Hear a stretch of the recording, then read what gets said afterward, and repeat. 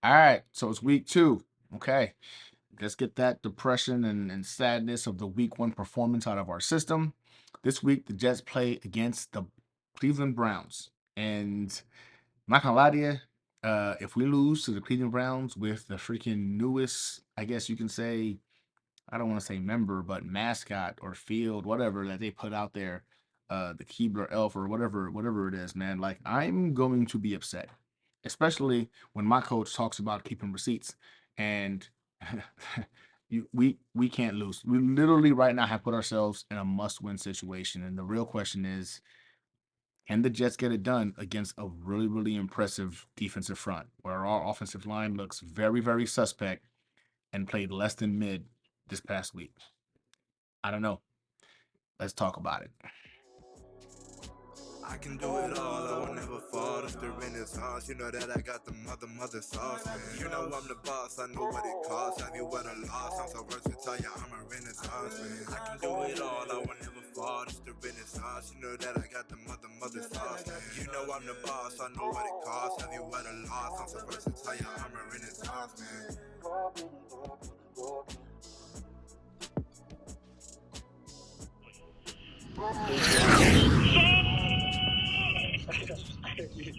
Congratulations, brother.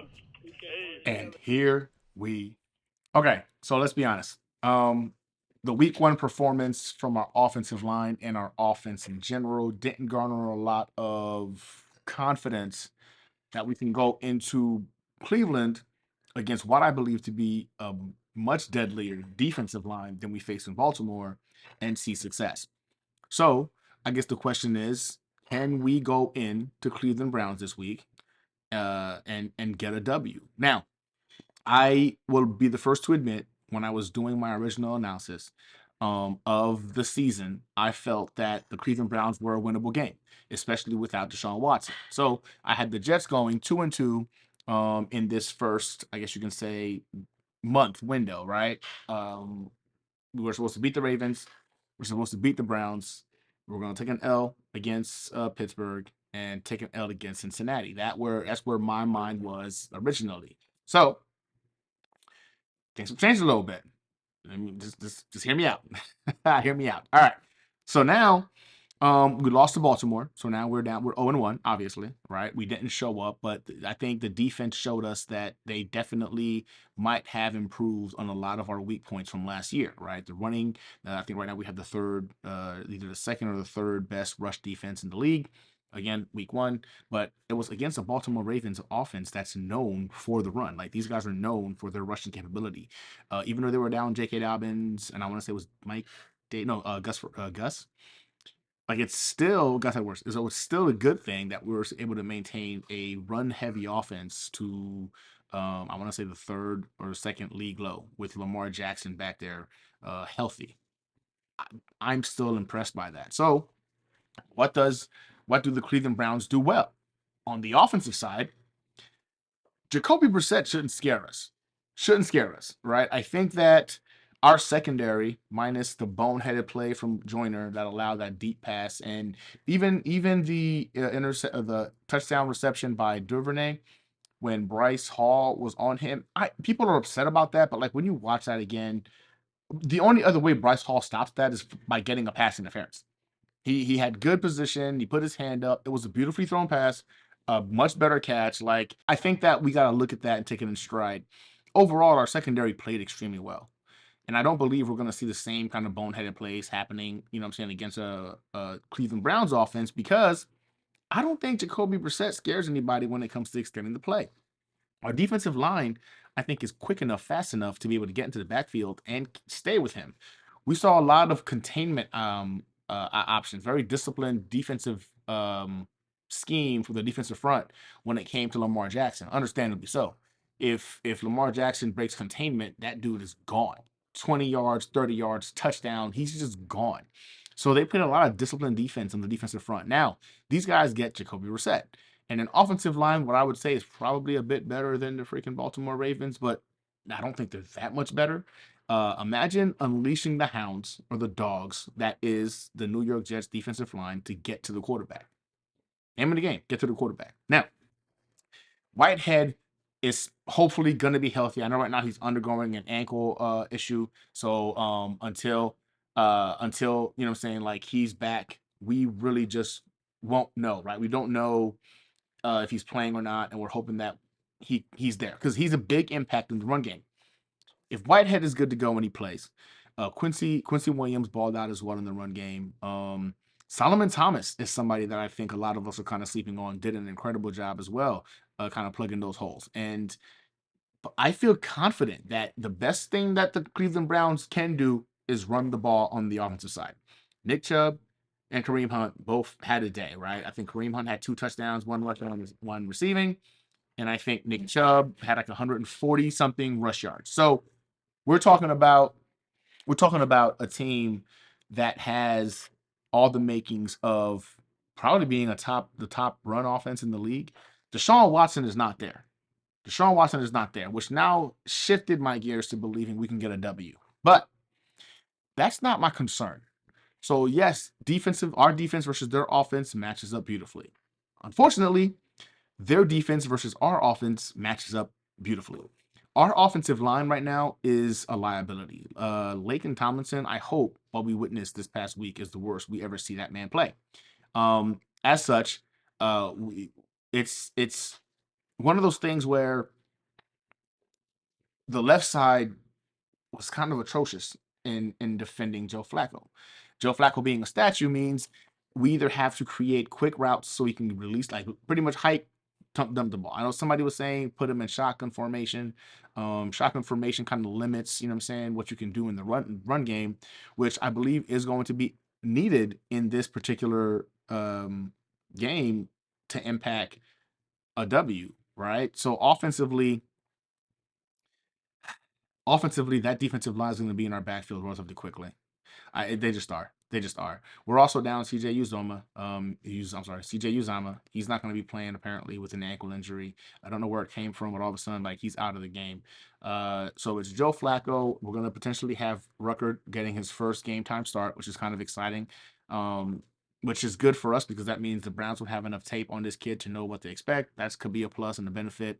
We're going to have to tackle the Cleveland Browns middle linebacker group. I think the middle of that defense is going to be the weak point. You know, their secondary talented, their defensive line talented. You know, Myles Garrett, Jadeveon Clowney on each side. You're asking your quarterback to do a lot, you know, because the pressure's coming. Those guys are tailor made to get to the quarterback. And I think they combined, they had 2.5 sacks, you know, in week 1 versus a more mobile Baker Mayfield against a offensive line and the Panthers that I think right now is a little further along than ours is, and that says a lot. I don't think we're going to be in the best position to give as much time as possible to Joe Flacco to figure it out. So, in order for us to go ahead and have a chance at this game, we're going to need to see the running game elevate. We're going to need to see our tight ends elevate to attack the middle of the field. I also want to say this. I don't care if Garrett Wilson only knows 5 plays in the playbook. I don't care if Garrett Wilson barely knows the one position at wide receiver, whether it's the wide or X slot. I don't care. That dude last week showed us that he can play in this league. He is a playmaker. You've got a dude that you picked 10th overall and you criminally underutilized him. You put a lot of money and resources into the tight end room, and yet you criminally underutilized them last week. 2 portions of this offense that is supposed to make the quarterback's life a lot easier, we barely incorporated into our offensive scheme. So if I'm Coach LaFleur, I'm making sure I incorporate those 2 components into this game. And as for the running game, that was crushing it. We had Michael Carter average 6 yards a carry last week. I have no idea why we only rushed it, I think, a total of 17 times last week, and we threw it 59 times. We cannot do that. Like we're not going to win games with Joe Flacco throwing the ball 59 times and our very talented running back duo getting 17 collective touches to run the ball. It's insane to think that should be a game plan or a focal point in any game. So defense needs to show up. So in order for us to win, we're going to need to win the turnover battle. We have got to some way or another turn the ball over and make a play on it. I think our defense has to score some points. our defense has to score some points because I'm not 100% confident in our offensive line and in Joe Flacco. And at this point, what Mike LaFleur might do or might not do also concerns me. So defense needs to score some points. I also believe our special teams needs to go ahead and do something special for us, right? Whether it's win the win the field position battle, or score. Braxton Berrios getting a score might go a long way as well to making this more of a palatable game for us to potentially win. I think offensively right now we need to focus on the run game and the tight ends. Attack the weaknesses of that defense. It's going to be quick out routes, freaking screen passes because I as freaking Coach Salah stated, when God made Myles Garrett, he didn't take any time off. You know what I'm saying? This dude is virtually unblockable. Not sure why you want to say those words when you're facing this dude, you know what I'm saying, this coming week. Not going to induce a lot of confidence into our offensive line that's already banged up and or young. Whatever, I digress. So we already know there's potentially no game plan on how to stop Myles Garrett, so we have to attack his side. Wherever he's coming from, there needs to be a running back or a wide receiver or a tight end option coming in behind him to go ahead and be ready to get a reception to create a mismatch with that linebacker group. It's not going to be long chuck plays. We're not going to go ahead and be beating them down the field 60, 70 yards. I think we need to attack the middle linebacker group and throw whatever side freaking Myles Garrett is coming in on. And again, at the same time, Jadeveon Clowney is no chump, so we gotta be mindful of him too. It's gonna be a tough ask, and I won't lie to you. I'm struggling to see us winning this game, and that sucks for me to say it. I struggle to see us winning this game because I think they're going to win the battle in the trenches. I think that defensive line versus offensive line is going to be a win for the Browns, which means the only way we have a shot is if somehow our special team shows up or if our defense is able to go ahead and get some turnovers. I think that's our biggest bet on being able to win this game. So it's not in me to go ahead and not want to root for the team to get a W, but it's going to be one of those things where the game is close, very, very close. I don't believe we're going to cover the spread. I think it's a 40-point, combined score. I don't think we're going to do that. I'm going to say the Browns win. Ah, man, that hurts. I'm gonna say the Browns win. I don't. When my coach says what he said about figuring out like Myles Garrett being unstoppable, that to me is concerning because that means he's concerned about it. Like if you're gonna vocalize that before game time, it means that you believe that we might not have a chance in stopping this guy, and that's both sad and frustrating. So I'm gonna go with we're gonna lose this game. The Jets lose this game. They're gonna lose week 2. We're gonna go down 0-2. It's going to be a close game, though, in terms of defensive. I think the defense is going to keep us in it. We're looking at, I'm going to go say 17-14. 17-14 Cleveland Browns. But it's a flip of a coin. It's a flip of a coin. Like, if the special teams does something special, if our defense gets a couple of turnovers, you know what I'm saying? Like, just like that, it's the Jets winning 17-14, right? So it's man, it sucks, but I expect to see a much better performance all around in terms of the defense. And I would love to say that the special teams is going to show up.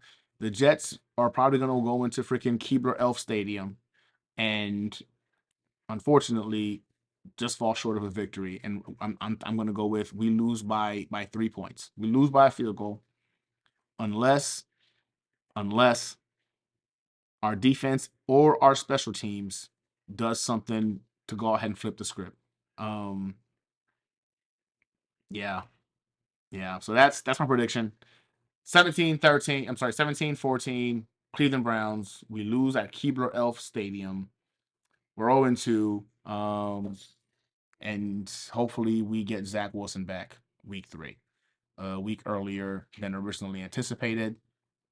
And then we can start seeing the full plethora of this offensive scheme open up because he can offer a level of mobility to go ahead and extend plays, which is going to really, really impact and hit when it comes to him making plays to Elijah Moore and Garrett Wilson. It's going to force the defense to play differently. So, unfortunately, right now with our offensive line the way they're playing and their defensive line the way they're playing, it's hard for me to see where we potentially find a way to win this game if we don't get some luck, some magic, and we see something kind of come from, again, either our special teams, or we're going to need a defensive score / defensive turnovers to go ahead and make that difference in lack of efficiency from the offense. So that's my prediction for you guys for week 2. I hate this. Like, I feel icky doing this because it sucks, but it's just one of those things where I've got to be, I got to be as logical and unbiased as possible when I'm analyzing this tape. And our offensive line right now was so bad last week, and Joe Flacco can't move. And that defensive line of the Browns knows how to feast. So that's it. Jets at Cleveland. Final score 14-17. Cleveland Browns. And next week, hopefully, we have Zach Wilson back. Don't forget to like and subscribe. And hopefully, I'm wrong. I'm praying that I'm wrong, and that the Jets prove me wrong. Please prove me wrong. I would be so grateful to be proven wrong. I will be happy to go ahead and do a post game and just laugh at myself for being wrong about this. So here's the hope for that. But I got to speak logically. I see us going down 0-2 and praying that Zach Wilson is back next week. All right. Don't forget to like and subscribe. Till next time. Go Jets.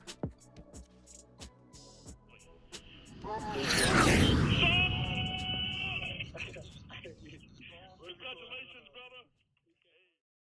Show blitz, but back off. 4-man rush. Flacco spins to his left, heaves the ball near sideline. It is caught by Garrett Wilson, shy of the 30-yard line. Sidesteps 2 tacklers and almost picks up the first down. He'll come up about a half a yard shy. My boy 17 got some juice. Yeah, Wilson had some juice. 17, my boy said, I'm hustling to the ball. I thought for sure I had to hit a tackle. I said, just knock him backwards. But hey, he didn't get the first down though.